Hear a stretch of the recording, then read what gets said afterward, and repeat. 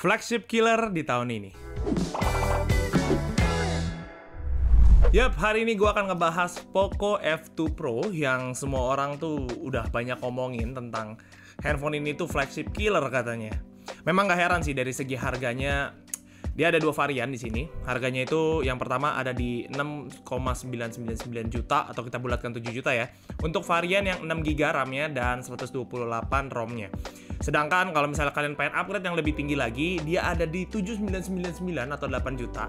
Itu untuk varian yang 8GB RAM dan ROM-nya ada di 256GB. Perlu diingat kalau handphone ini adalah handphone sekelas flagship ya. Karena SoC yang digunakan, dia udah menggunakan Snapdragon 865, which is itu yang paling tinggi bos. Dan dia juga udah bisa 5G.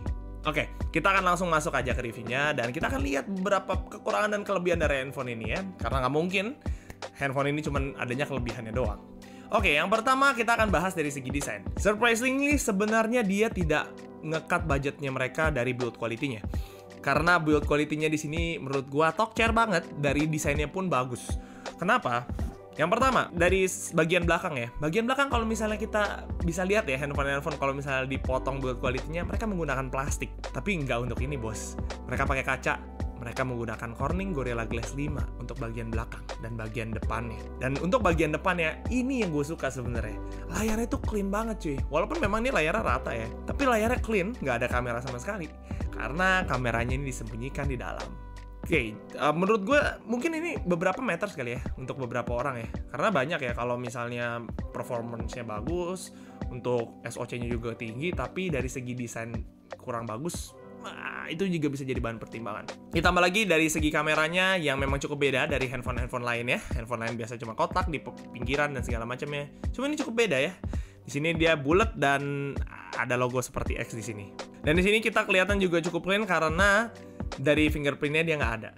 Fingerprintnya kita udah bisa langsung ke layarnya. Cuman kalau untuk desain itu sendiri kekurangannya juga ada lah pasti ya. Kalau misalnya dia menggunakan kaca, otomatis pada saat kita pegang itu jadi licin. Cuman ya alternatifnya kita bisa pakai casing. Dan tenang aja, karena di paket penjualannya juga kita dapat casingnya kok. Ini bening kayak gini, cukup oke juga. Dan yang kedua, untuk dari bobotnya ini cukup berat. Dia ada di 219 gram. Sebenarnya ini juga ada alasannya kenapa dia berat ya. Karena di dalamnya mereka juga menggunakan Liquid Cool Technology 2.0 yang ngebuat sebenarnya untuk udara panasnya ini bisa kesebar dengan baik. That's why kalau misalnya kita punya handphone ini nggak perlu takut lagi handphone kita terlalu panas. Mungkin anget-anget aja gitu. Kita akan berlanjut ke portnya ya. Oke, di bagian atas di sini dia ada headphone jack. Udah jarang sih gue ngeliat headphone jack yang di atas ya. Biasanya gue ngeliat kayaknya di bawah gitu. Di bagian kirinya dia nggak ada apa-apa, dan di bagian bawah, oke, di sini dia ada peletakannya untuk SIM card-nya. By the way, untuk ini dia nggak bisa untuk tambah memory card ya. So, kalau memang kalian merasa kurang di 128GB, mending kalian langsung beli yang lebih tinggi aja di 256. Oke, tapi di sini mereka bisa pakai dual SIM kok, santai jadinya. Di sebelahnya dia ada port untuk ngecasnya, yaitu adalah USB-C. Dan yang terakhir di sini dari segi speaker. Ya, ini adalah sebuah minus dari Poco F2 karena dia masih menggunakan speaker mono.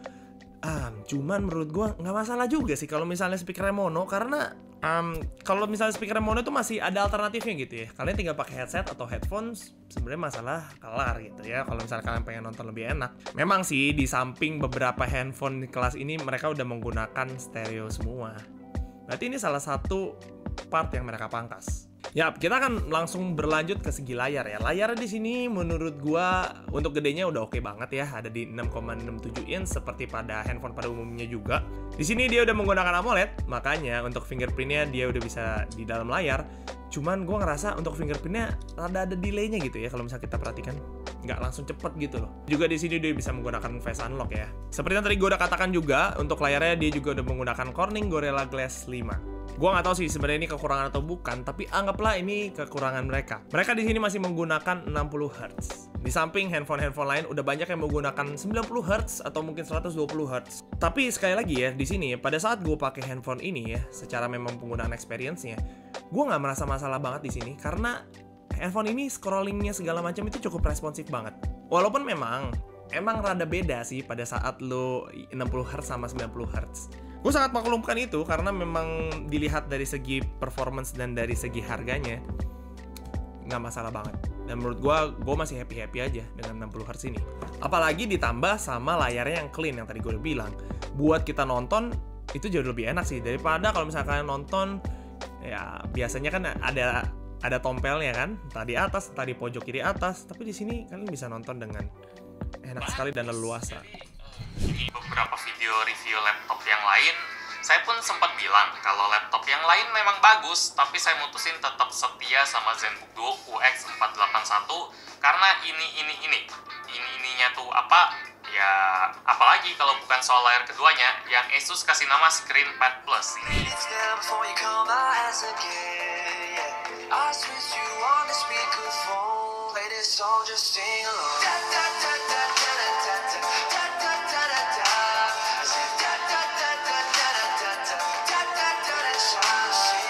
Kalian bisa dengar sendiri kan untuk audionya, not bad lah, walaupun mono ya. Dia masih bisa ngasilin suara yang cukup kencang. Buat nonton Netflix harusnya bisa puas dengan handphone ini. Kita akan langsung berlanjut ke speknya. Speknya di sini bocoran udah gue kasih juga tadi ya. SoC-nya di sini menggunakan Snapdragon 865, itu yang paling tinggi. Untuk RAM yang gue pakai di sini itu ada di 6 GB dan untuk storage-nya 128 GB. Tergantung dari kalian ya kalau soal ini ya. Tergantung biaya dan tergantung kegunaannya juga. Nah, seperti yang tadi gue udah katakan juga, ini dia sudah bisa 5G. Harusnya handphone ini ditunjukkan juga untuk jangka panjang. Walaupun memang mungkin 5G belum masuk ke Indonesia, tapi berjaga-jaga dengan handphone ini boleh juga sih. Dan untuk ngecobain speknya, mungkin kita akan coba lihat dari beberapa game yang akan gue mainkan setelah ini. Dan kalian akan nilai sendiri seberapa kuatnya handphone ini. Let's go!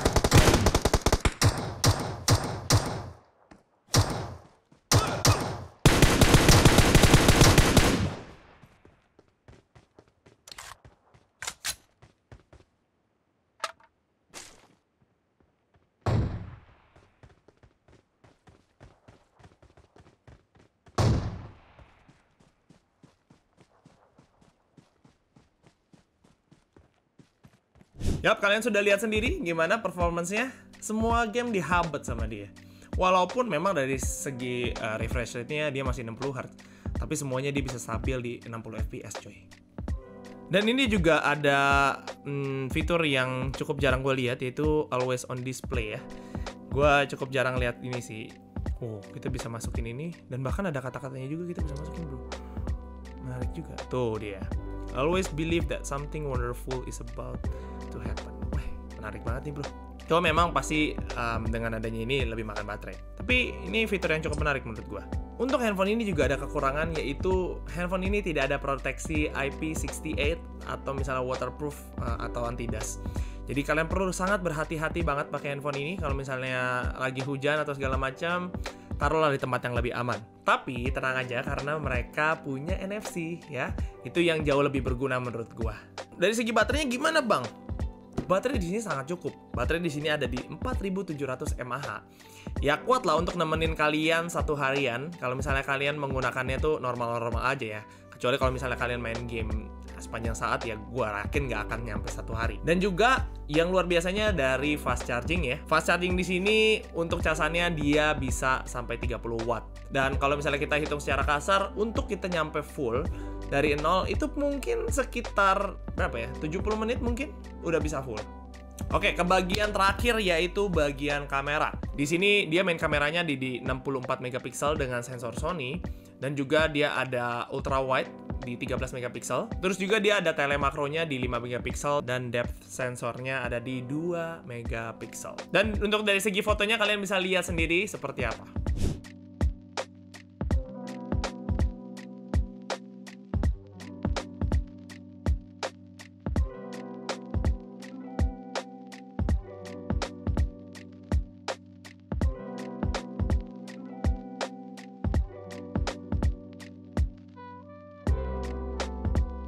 yang cukup lumayan surprise di gua karena dari fitur videonya di sini ya.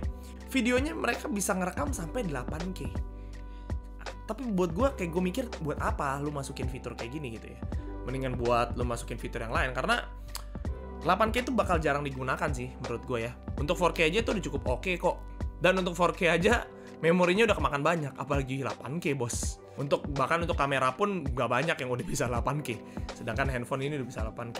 Menurut gue ini fitur yang kurang berguna sebenarnya. Dan juga di sini videonya udah bisa makro ya, jadi bisa deket gitu. Nah itu juga jarang tuh, gue biasanya ngeliat makro itu biasanya cuma buat foto. Tapi di sini kerennya dia juga bisa makro buat videonya ya. Ini untuk beberapa hasil videonya, kalian bisa juga nilai dan lihat sendiri. Oke, ini gue lagi cobain untuk video dari Poco F2 Pro. Suaranya menurut kalian gimana? Dan dari hasil videonya pun gimana? Kalau untuk video yang bisa gue katakan, ini memang stabil sih ya. Dia nggak terlalu shaky gimana banget. Masih ada stabilizernya gitu. Kalian nge sesuatu nggak? Yap, di belakang gue nih bagiannya bokeh. Ini justru yang keren. Fiturnya yang menurut gua membuat video itu tuh nggak terkesan flat. Ya dengan ada blur-blur di belakang seperti ini gitu ya. Mungkin terkesannya kayak kita pakai lensa f1.8 gitu. Dan untuk blurnya pun kita bisa atur ya. Lu mau blur banget atau misalnya cuman dikit-dikit doang tuh bisa. So ini gue suka banget sama fitur ini. Kita bisa gue nobatkan sebagai flagship killer ya. Dari segi harganya pun tidak sampai harga flagship, tapi dari segi performance-nya, ini performance flagship sih. Buat kalian yang mungkin lagi cari handphone flagship dengan harga bukan flagship, yes, ini juga bisa jadi jawaban buat kalian. Dan linknya gue udah taruh di description ya kalau kalian mau beli. Tenang aja, link yang gue taruh di sini pasti trusted kok. Mungkin ada teman kalian yang lagi pengen cari handphone juga atau pengen lihat-lihat Poco F2, bisa jadikan video ini jadi referensi. Kalian bisa klik tombol share juga di bawah. Dan kalau kalian misalnya suka dengan cara review gue, boleh banget di subscribe untuk terus dukung channel ini. Thank you so much for watching.